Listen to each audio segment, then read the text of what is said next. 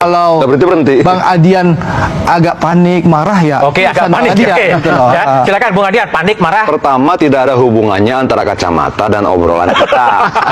Kedua, saya pernah direpresi sangat keras di zaman Orde Baru, sehingga perdebatan ini tidak akan membuat saya panik.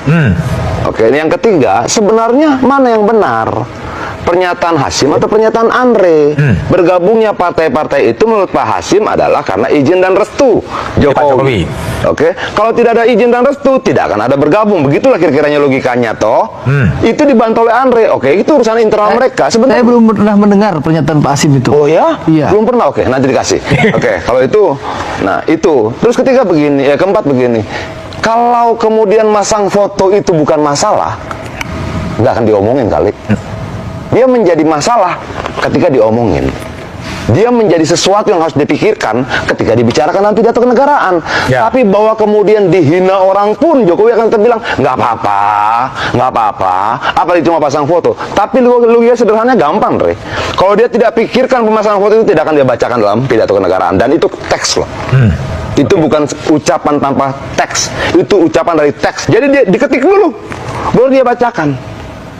Kalau dia tidak pikirkan itu sebagai sesuatu yang biasa-biasa saja, lewat begitu saja, nggak mungkin dibacakan. Ya. Itu gampang aja gitu. Mas Budiman, Nah, kan beliau udah selesai. Oke, pendek. yang bilang selesai Ayo, siapa? silakan. Oke, silakan. Apa ngomong? Belum selesai, kenapa sudah dibilang selesai? Ya, silakan. Luar biasa kamu, Pendek. Andre. Menghakimi kacamata dan menghakimi pembicaraan orang. Betul. Oke. Nah, artinya bahwa apa yang disampaikan Andre itu akan diuji kok. Oke. Bagaimana mungkin sesuatu itu dianggap biasa-biasa saja dan tidak menjadi sesuatu yang penting, tapi dikutip dalam pidato kenegaraan. Sidang tahunan MPR. Ayolah. Baik. Bukan sebentar. Dia lebih panjang tadi kita hitung. Iya, aku durasi ya. Bukan kita hitung tadi. Kita selalu tertib soal menghitung hak untuk bicara itu. Nah, artinya bahwa jangan dong kemudian depan publik kita coba yakinkan publik dan sesuatu yang tidak logis gitu loh. Yakinkanlah publik dan logika-logika yang memang masuk di akal kita, sehingga perdebatan kita ini menjadi dialektis. Logika yang dibenturkan dan sama logika tuh enak sekali gitu loh. Tapi kalau kemudian dimanipulatif, saya belum dengar tuh apa yang disampaikan oleh Pak Hasyim.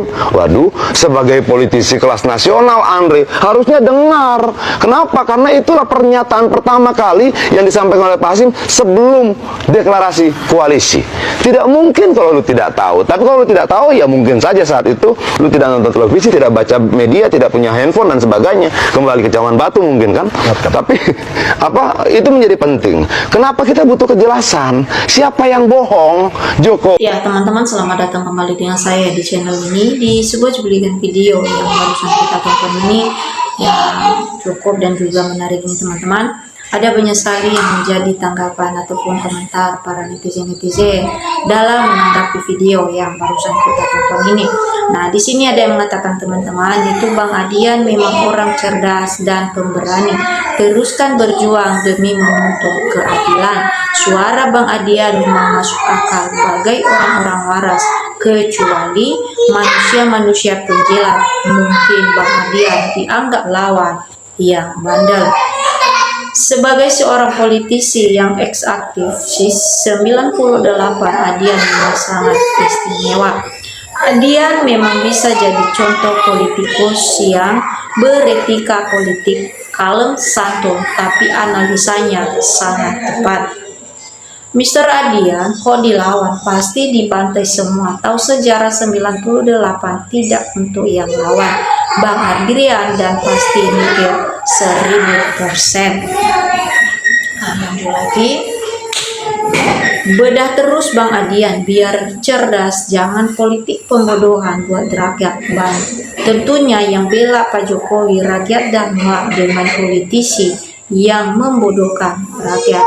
Andi belajar lagi cara berpolitik biar diterima oleh kota rakyat.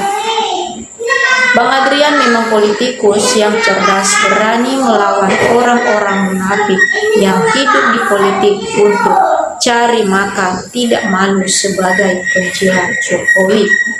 Adrian dan Pitupulu kok dilawan, kan sama Andre. Jauh lah, mantap Bang Adian, jaga kesehatan. Nah, lanjut lagi.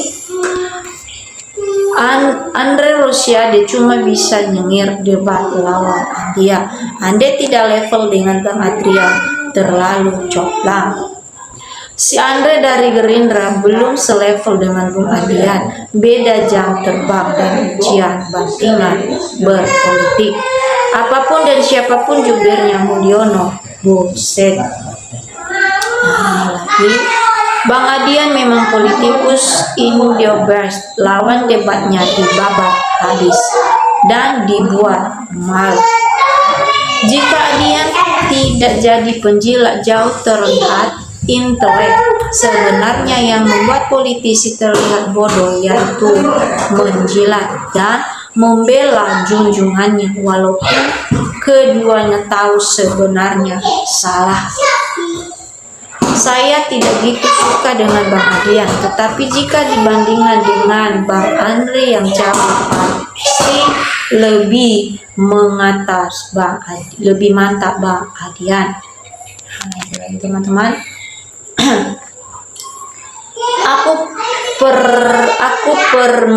Aku pemerhati partai-partai yang ada di Indonesia. Dari jumlah partai sekitar 30-an di NKRI pada pemilu tahun 1969 dan tahun 1977 menjadi 3 partai gabungan PDIP, PDI, PPP, dan Golkar. Belum jadi partai. Memang yang paling komit adalah PDIP. Dalam partai-partai baru, PAN, PBB, Hanura, Demokrat, dan Gerindra setelah Prabowo pulang dari Yordania.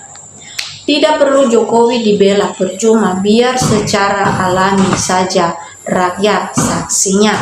Nah, itu lagi. Adian berani karena benar. Bang Adian jangan ikut ngomong biar dari suhu. Nah, teman-teman, dalam komentar para netizen dalam menanggapi video yang barusan kita tonton ini, mereka setelah atau memihak kepada Bang Adian Apitupulu dalam hal ini teman-teman, bahwa mereka mengatakan pada Andre dalam hal ini teman-teman, percuma Bang Adian melawan Anda ini karena si Anda ini membela yang tidak benar atau lebih memihak kepada Pak Joko Widodo ini. Dan mereka mengatakan jika Adian tidak jadi penjilat jauh terlihat intelek, sebenarnya yang membuat politisi terlihat yaitu penjilat. Dan dengan itu mereka juga mengatakan supaya Anda ini cepat-cepat bertobat. Nah, teman-teman, inilah yang menjadi tanggapan ataupun komentar para netizen dalam menanggapi video yang barusan kita tonton ini. Nah, tentu juga kalau ada teman-teman yang lain yang mau memberikan tanggapan ataupun komentar melalui video kita ini, silahkan.